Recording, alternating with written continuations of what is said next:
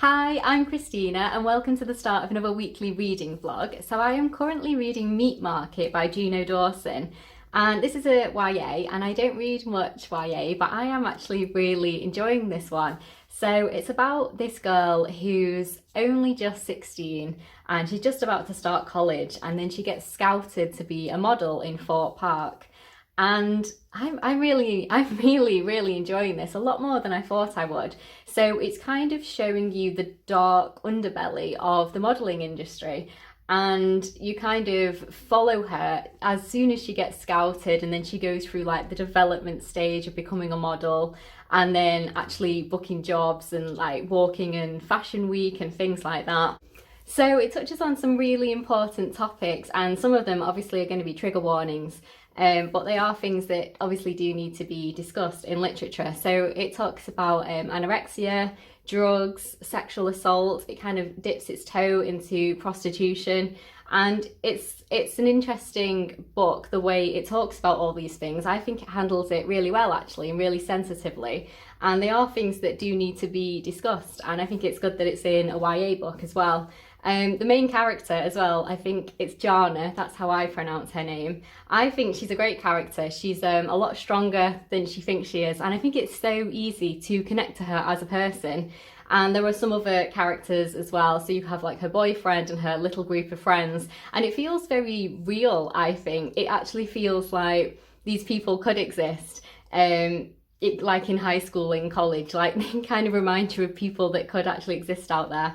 And there's some other big models that they kind of talk about, and you can see kind of parallels to real life, in terms of they do talk about different brands of fashion, and that's all real, and you can see how some of the stories could align to things, you know, in real life. So I think that's really interesting, and yeah, I'm really enjoying it. I've read loads. I'm up to page 357, so I'm literally just at the end now. And yeah, I think it's going to be probably a really good solid 3-star book. I was really enjoying myself reading it, and it's probably enjoy is not the right word. There's some horrible things that happen, but I was enjoying the progress of the story is more what I should say. And yeah, genuinely interested to know what happens to her at the end. And I don't want to give any spoilers away, but she's trying to become like part of a movement, and I think that's quite interesting. And yeah, so I'm enjoying that one. So it's the Wednesday before Christmas, and I've just finished my wrapping, and I'm quite chuffed with that. I am a notoriously bad wrapper.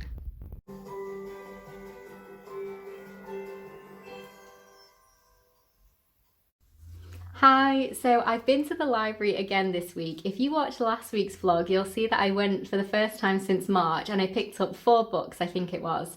Well, this week I've had loads of emails from the library saying that some of my reservations have come in. So I've got a really great selection now to see me through Christmas and New Year. So the first one is 3 Things About Elsie by Joanna Cannon. Now, I first heard about this book from Lauren Wade, and I'll link her channel down below. I think she's great. You're probably already following her, but yeah, I think she's really great to watch, and she has some great book recommendations. And it's meant to be, she said, a very beautiful, emotional read. And it's about this main character called Elsie, and she's an unreliable narrator because she has dementia. And I just thought, I want to read more contemporary, and it sounds great. So I'll read the back for you, and it says, there are 3 things you should know about Elsie. The first thing is that she's my best friend. The second is that she always knows what to say to make me feel better. And the third thing might take a little bit more explaining. 84-year-old Florence has fallen in her flat at Cherry Tree Home for the elderly. As she waits to be rescued, she considers the charming new resident who looks exactly like a man she once knew, a man who died 60 years ago. His arrival has stirred distant memories she and Elsie thought they'd laid to rest. Lying prone in the front room, Florence wonders if a terrible secret from her past is about to come to light. So yeah, I'm really looking forward to reading this one. I think it's a really pretty cover as well. And yeah, I'd like to start reading more contemporary, because I was thinking about this and thinking about my favourite books of 2020, which I'm going to do a video on soon. And one of my absolute favourites was Eleanor Oliphant's Is Completely Fine, and I think that's one of the few contemporary books I've actually read this year. So yeah, for 2021, I want to read more contemporary for sure, because I think it's a genre I really enjoy and I don't really read enough of it. So there's that one. And then going on from Eleanor Oliphant is Completely Fine, I found this book because I googled, what to read if you really enjoyed Eleanor Oliphant is Completely Fine, and this one came up. So it's called The Curious Charms of Arthur Pepper, and yeah, I don't know much about it. I only know like what the article said, and to be honest, I can't remember what it said. So let's see what it says on the back. Arthur and Miriam Pepper were happily married for 40 years. They shared an uneventful life in Yorkshire, 2 children, and had no secrets. At least that's what Arthur thought. Now he's on his own. He gets up every morning, eats his breakfast, waters his plant, Frederica, and speaks to nobody unless it's absolutely necessary, until something disrupts his routine. On the first anniversary of Miriam's death, Arthur finds a small box containing a gold charm bracelet. On the underside of an elephant charm is a telephone number, and uncharacteristically, Arthur picks up the phone. That call changes everything he thought he knew about Miriam. Embarking on a journey charm by charm, Arthur uncovers his wife's secret life before they met, and along the way learns more about himself. So again, I think it's meant to be similar to Eleanor Oliphant in the sense that it's meant to be very charming, and yeah, it's a contemporary, and hopefully it's just going to be a really great book, and I'm really looking forward to reading that one. And I don't think I've heard anyone talk about this at all. It was completely not on my radar. Yeah, none of my friends have read it. I don't think anyone I watch on BookTube has read it. So that's quite interesting to find a book that, no one's really talking about. I quite like that. So then back to thrillers, because one of my favourite genres. So this is a psychological thriller, and it's called The Perfect Mother by Amy Molly. And I did see the sticker that said, if you love Liane Moriarty, you're going to love this, because I really, really liked her books. Well, I was a little bit disappointed by some of them, but I really liked Big Little Lies. I thought that was brilliant, so definitely recommend that one.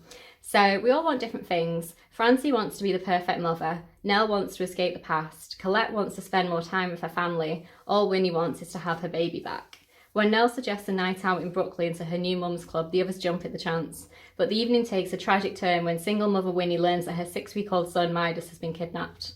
As the investigation hits a dead end, Nell, Colette and Francie make it their mission to succeed where the police are failing and bring baby Midas home. But as Winnie and those around her come under scrutiny from the media, damaging secrets surface and friendships are pushed to the limit, because people will do almost anything to protect the ones they love. So, yeah. Hopefully that's going to be good. Don't know a lot about it. Don't really want to know a lot about a thriller. I like to go in a little bit blind. So the next book I've got is Ask Again Yes by Mary Beth Keane. So this first came to my attention because it was nominated for the Best Fiction category in 2019 in the Goodreads Choice Awards. And since then I've heard people comparing it to Little Fires Everywhere. And I read that when it first came out and I really, really enjoyed it. It was one of my absolute favourite books of that year, of the year that I read it in. And it really stood out to me, and I really enjoyed that book. So when I've heard people comparing it to that, I'm thinking, yeah, it sounds like it's going to be right up my street. And again, it's another contemporary, and I am trying to get more into contemporaries. So, oh, this is just praise for it. Where's the blurb? There it is.